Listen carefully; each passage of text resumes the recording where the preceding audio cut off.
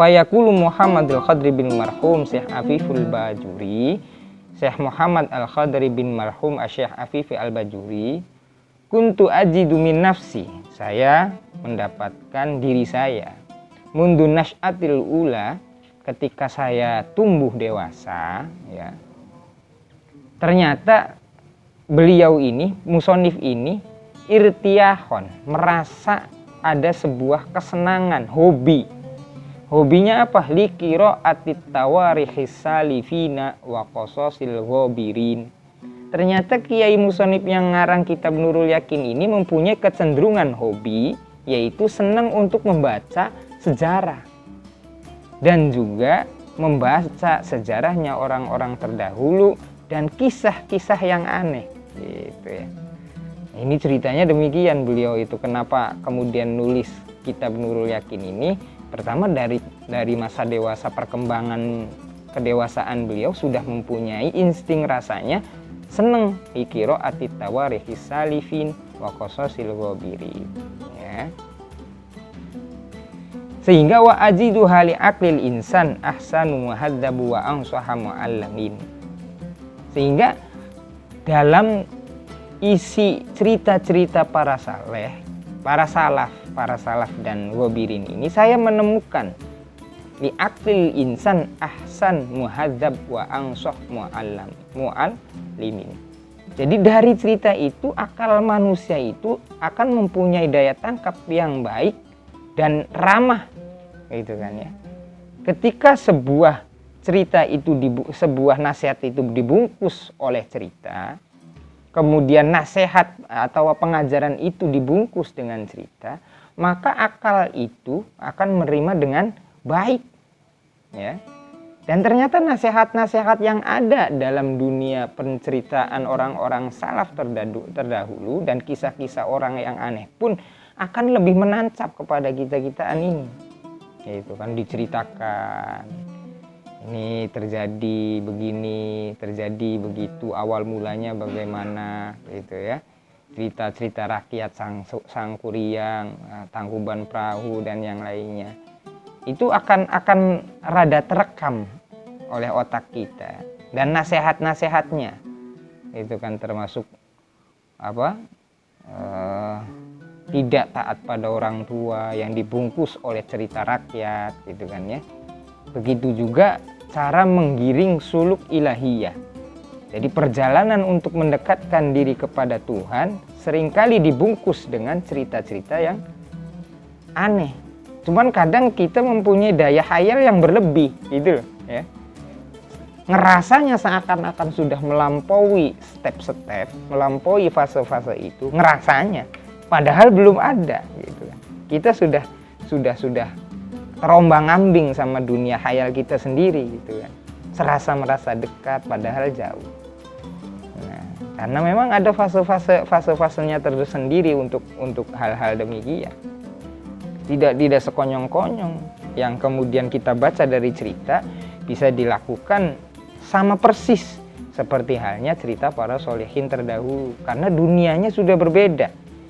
Ruang lingkup kita dengan ruang lingkup mereka para salafus solehin tidaklah sama lagi. Oleh karena itu, ya nggak bisa kemudian kita harus menyamakan. Minimal harus mempunyai resum lah, mempunyai sebuah rangkuman dan rumus tertentu bagaimana ceritanya para salafus solehin ini bisa diterapkan oleh kita-kita dengan berbagai macam polemik dan berbagai macam tawaran-tawaran yang menggiurkan untuk jauh dengan Tuhan, gitu kan, dengan jauh dengan akhlak Rasulullah. Wah, ini harus disiasati. Oh, itu kan nanti kita setengah-setengah. Ya memang kemampuannya di situ. Jangan kemudian kita baca salafus solehin, oh orang salaf itu puasa saja.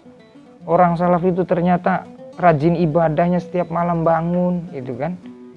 Kita nggak bisa, ya yang cari yang bisanya. Yang paling ringan, yang kemudian kita bisa lakukan untuk bisa kita istiqomahkan. Gitu. Setelah sudah terbiasa maka naik peringkat ke peringkat yang lain untuk bisa terus membiasakan diri berbuat baik untuk diri sendiri gitu loh ya. Bukan hanya untuk orang, bukan fokus kepada orang lain. Kita seringkali mengatakan beberapa kali dalam kajian-kajian yang memang tidak terekam gitu kan ya. Kita itu ngaji bukan untuk ngajeni orang lain, bukan untuk menilai kehidupan orang lain, tetapi untuk merapal diri kita seberapa kemudian kita sudah jauh dengan Tuhan gitu kan. Kalau untuk dekat ya karena memang kita lagi proses ke sana. Jadi kalau untuk merasa dekat ya kayaknya rada songong sedikit ya. Makanya ya jangan merasa begitulah. Ayolah. Gitu. Jadi Kiai Musonib sendiri mempunyai sebuah pemahaman dari cerita-cerita inilah, dari cerita-cerita para salafus soleh, cerita-cerita kisah-kisah yang aneh yang kemudian bisa menggetarkan hati, kok bisa gitu kan. Di antaranya contoh bagaimana kemudian orang pengen membuktikan di mana Allah itu memberikan rizki wajib kepada hambanya. Kira-kira pemahaman siapa ini? Pemahaman kalau memaksakan Tuhan untuk selalu berkehendak, biasanya ide besarnya dari kaum Mu'tazilah ya. Tapi kemudian dari cerita di mana kemudian seseorang dulu ada cerita yang gharib, yang aneh itu, ada seseorang yang memang mencoba bagaimana kemudian Allah itu akan memberikan rizki, pasti memberikan rizki pada hambanya, sehingga dia harus memencilkan diri harus mengasingkan diri gitu kan, untuk membuktikan bahwa Allah itu tidak lupa memberikan rizki pada hambanya. Ini gua ya, masuk ke gua di mana gua tersebut tidak pernah ada jejak kaki seorang manusia. Wah, akhirnya bertapa di situ, 1 hari tidak ada yang ngasih makan, 2 hari tidak ada yang ngasih makan, sampai kemudian genap kila, ada yang mengatakan 1 minggu, ada yang mengatakan 3 hari, dan dia sempat menggetarkan hatinya, saya tidak mau tangan saya yang kemudian memasukkan makanan ke dalam mulut saya, harus tangan orang lain, sehingga keyakinan saya bahwa Tuhan memberikan rezeki kepada saya akan lebih mantap gitu kan. Ternyata ya memang kemudian ada entah bagaimana ceritanya, Allah menggerakkan kaki seorang hamba yang lain untuk bisa melihat di dalam gua ada apa, dan tergeletak orang di dalam gua dan terlihat seakan-akan lemas sekali, akhirnya disuapi makanan dan dia tertawa gitu. Nah, cerita-cerita unik begini kan kemudian kita terapkan dalam kehidupan kita gitu sehari-hari gitu. Misal gitu, wah saya pengen kayak ceritanya orang tersebut lah, kayak Mubalik tadi yang diceritakan itu kan, Allah pasti memberikan rezeki kepada saya dengan terinspirasi cerita demikian gitu. Ternyata sehari sudah diuji sama oleh Allah, nggak dikasih rezeki, dikasih belai gitu kan ya. Motornya kempes gitu. Motornya bannya kempes gitu kan. Uang tidak ada, bensin tinggal 1 strip gitu kan ya. Ini bagaimana nanti tanggapan kita? Kita bisa sabar nggak untuk tidak meminta tolong kepada hamba yang lain? Cukup Allah saja yang nolong saya pengen nyoba, masa Allah tidak memberikan pertolongan kepada saya? Ya saya silakan coba saja, tapi tolong jangan grundel loh ya gitu kan. Jangan kemudian waduh Gusti sedina kok tidak ada yang mau nolong saya, oh ya ini batal ini sudah ya.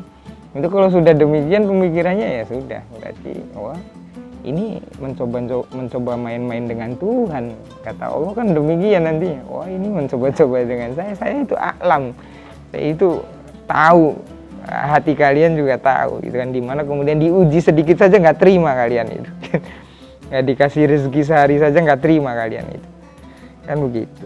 Nah makanya ketika mengoreksi kepada diri kita, wah jauh sekali.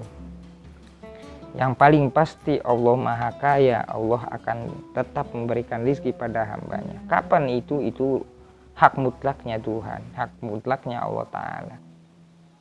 Nah ini yang kemudian menjadi sebuah inspirasi dari Kiai Musonib sendiri, bahwa beliau mengarang kitab sejarah ini dilihat dari pertumbuhan beliau ini mempunyai rasa senang membaca cerita-cerita riwayat para soleh dan cerita-cerita kisah yang para pengembara, para cerita-cerita aneh yang mendekatkan diri kepada Tuhan. Memang beliau mempunyai pemahaman dari cerita itulah cara penerimaan akal manusia bisa ramah, ya. Kemudian nasihat-nasihat juga kemudian bisa sedikit membekas. Oh iya, saya ingat ceritanya Kiai Anu tentang sebuah kisah. Nah, yang diingatkan sebuah kisah dan isi daripada kisah itu apa. Dan kebiasaannya orang-orang kampung selain disingiri gitu kan, bukan hanya orang kampung, mungkin orang kota juga gitu kan, selain dinyanyikan sebuah syair entah sholawat atau lagu-lagu yang sekarang up to date gitu kan, sedikit rada menghibur hati-hati yang mendengar gitu kan. Sayangnya saya nggak bisa nyanyi